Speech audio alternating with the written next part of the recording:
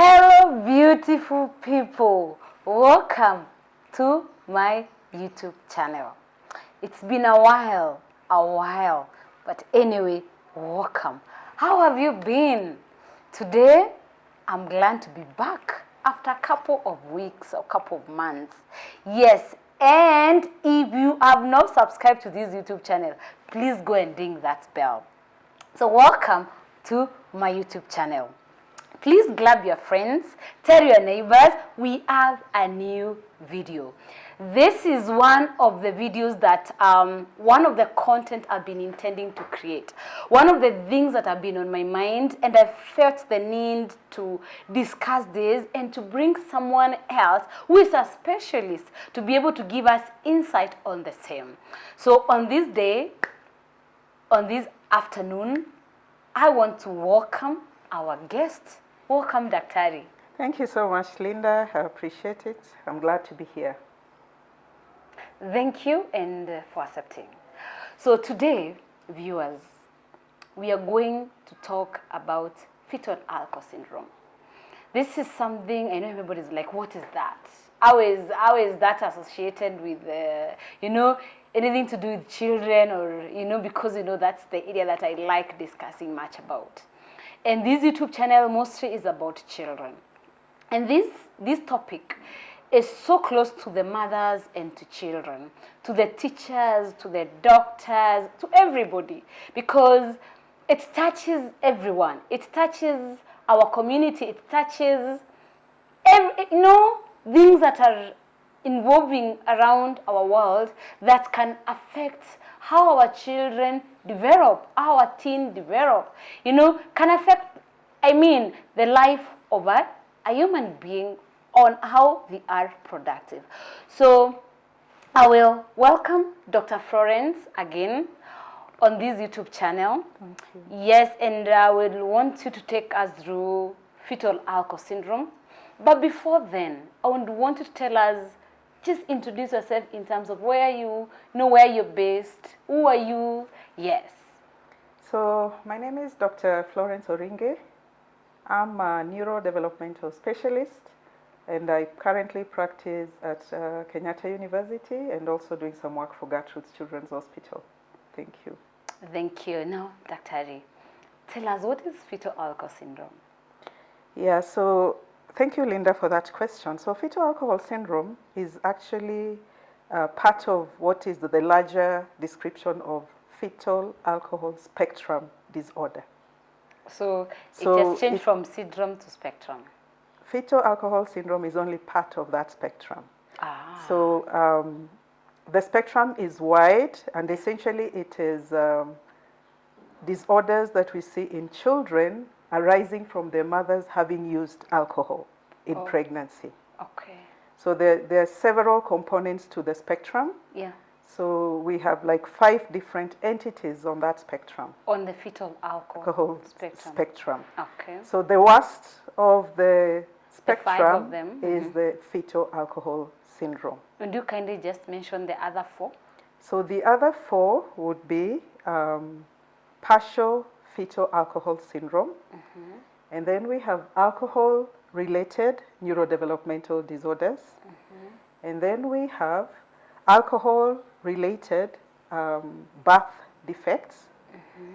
And then the 4th one would be neurodevelopmental disorders that are associated with prenatal alcohol exposure.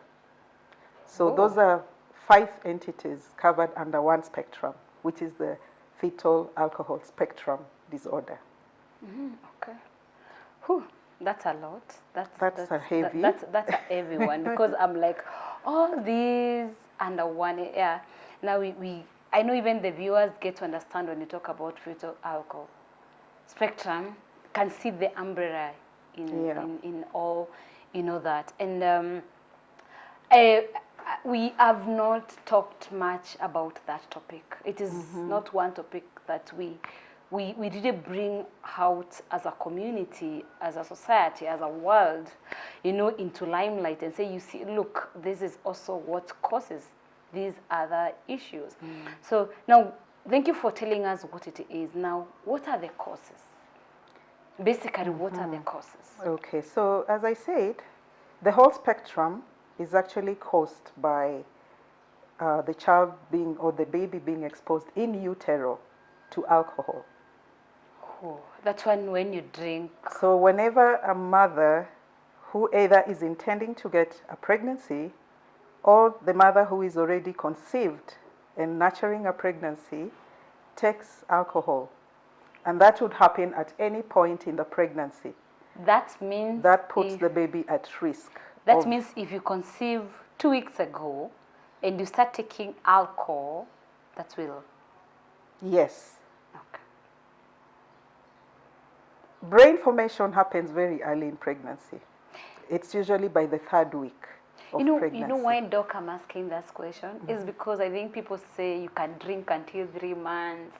After 3 months of the pregnancy, after you've been drinking after 3 months of pregnancy, now you can stop from there. So now what I am getting and what I think my viewers are getting, our viewers are getting is, even though you drink alcohol 2 weeks or 1 week after conceiving, you're putting your child, exposing your child to danger. In fact, studies are now showing even prenatal, pre-conception alcohol can affect your baby. Like if you're drinking a lot just the season around when you conceive. So we need to start pretty early in stopping the alcohol and not waiting until you know the baby's already forming, because as I was saying, the brain forms in the first 3 weeks of conception. Really? Yes. So that's when it starts forming, and then it continues to mature and develop. So throughout the pregnancy, the brain is one of the fastest growing structures in the body. Wow. And alcohol can affect that brain at any part of the pregnancy, whether it's the first trimester, second, or third. So alcohol is a teratogen. So by that I mean it's a chemical that can be transmitted through the placenta into the baby. And once you have that alcohol in the baby, it has several effects on the baby. One, it will prevent nutrients from crossing the same placenta to that baby. So the baby will fail to grow in utero before they are born. Oh. The second thing it will do, it will disturb the nervous formation. So it will disrupt that pattern of nervous system formation. So you end up with a lot of abnormalities within the brain. And then the third thing, of course, it affects the metabolism within the baby.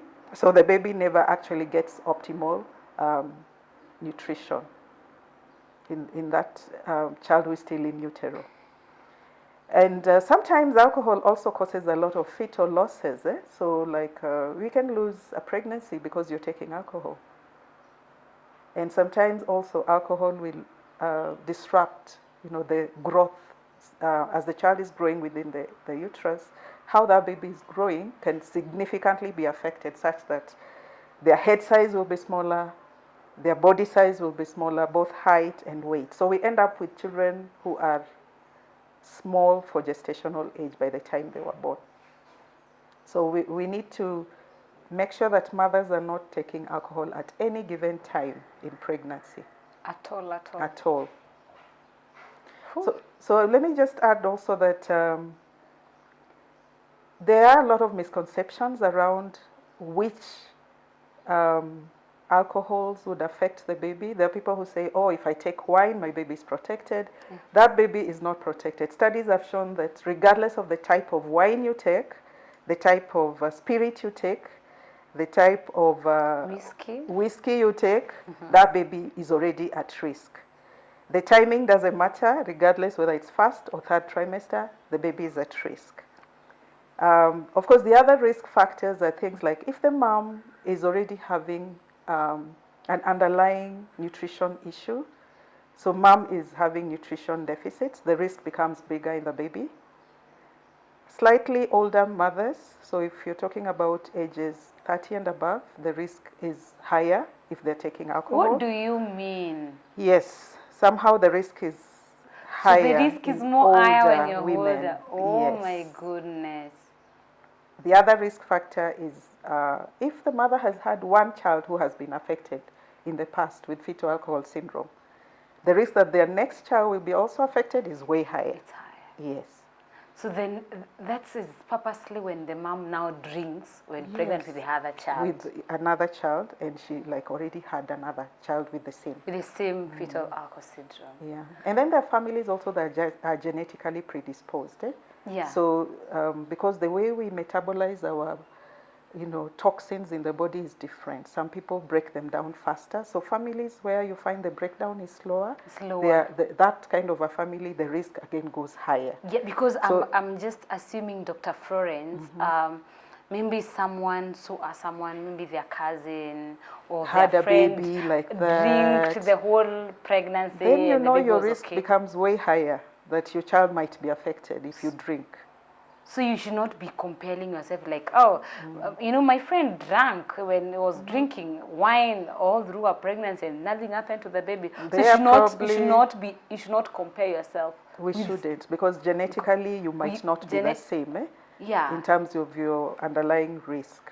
But we know if the larger the quantity the mother takes, the bigger the risk.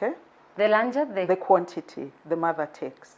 And then also the pattern of alcohol consumption. What's that? So those mothers who do binge drinking, like, okay, they just don't usually drink, but once in a while they overdo it. Like they have a function and they decide, okay, today, ni ile siku, I need to overdo it. So today is that day now. So they drink a lot, and that is the time now the damage happens. And so we end up having children who are affected because of just one binge drinking episode. What happens then, Daktari, to those who drinks? Maybe a little bit every day? It doesn't matter. The quantity of alcohol, all those risk factors play in. Because whatever you take, if you have a high risk, your baby will be affected. Hey, gosh. You being a neurodevelopmental doctor, have you come across children with FAS, fetal alcohol syndrome? There are so many. There are really many in our setting. You mean? Yes. Okay. So we see a lot of these kids. Let me explain some of the features that we see in children who have fetal alcohol syndrome, because that's the worst one. Yes, that's the worst one. Yeah, so we tend to see a lot of growth issues. So most of these babies will come out smaller for gestational age. And postnatally, what do you mean smaller, like their age or their body size? Their body or their weight? size. Or they may be shorter? When they're born, small for gestational age refers to the baby's weight at birth. So they will be smaller babies. Yes, and then even postnatal growth will be slower. So these are the children who will be shorter than the typical child, or they will be just having a smaller weight than the typical child. So growth is impacted in all children with fetal alcohol syndrome. The second thing that we see is a bit of subtle abnormalities. We call them dysmorphic features. What's that? So they're subtle changes on their facial features. How? So you can pick out a child who is affected by looking at their eyelids. If they have small eyes or something, that's a telltale sign. What happens to those who naturally have small eyes? We'll come to that. If they have a smooth upper lip. How we always have a philtrum on our upper lip. Yeah. So if that philtrum is not there, that's another telltale sign. And then if their upper lip is extremely thin, again, that's another telltale sign. Okay, I'm just even touching. So you're trying to check. So those are, we call those craniofacial abnormalities that point towards fetal alcohol syndrome. And there are others as well. But those are the main ones. Then the third thing we see is that they may have neurologic and neurodevelopmental issues. What's that? So the neurologic problems will include a very small head, smaller than expected for their age. So we call that microcephaly. Oh yeah, okay. Small heads, Yeah, yeah. They may also have seizures. So they may present with seizures. And then thirdly, they may present with now developmental delays. And that covers the whole spectrum of gross motor delays. So the child may delay in walking. Walking, sitting down, crawling, balance. sitting, standing. The child will delay in fine motor skills. So how they Writing. interact with toys and objects, their play will be very delayed. Writing skills will be delayed. They'll delay in socialization. They will delay in self-care and emotional skills. Yeah, yeah. And then as they get to school age, you start seeing issues with learning difficulties. And So then they struggle to learn. to learn in reading, in Reading. mathematics. And especially mathematics. Most of the Why red mathematics? flags is we know that children on the fetal alcohol syndrome struggle with math. That is a very typical sign. When children are struggling with math, we check again. Does the alcohol go and affect a specific part of the brain? Yeah, so the brain is a big organ, and it does have different parts controlling it. Yeah. And those details of which part the alcohol disrupts, those, I guess it would be for a different audience. Yeah. But yes, it does affect the different areas of learning within the brain. Yeah. So some of the the fetal alcohol syndrome will cause its neurodevelopmental delays. Learning difficulties, behavioral issues. So children will have mood swings, agitation, crankiness. Yeah, like those kind of things. So those are pretty common. Yeah. Yeah.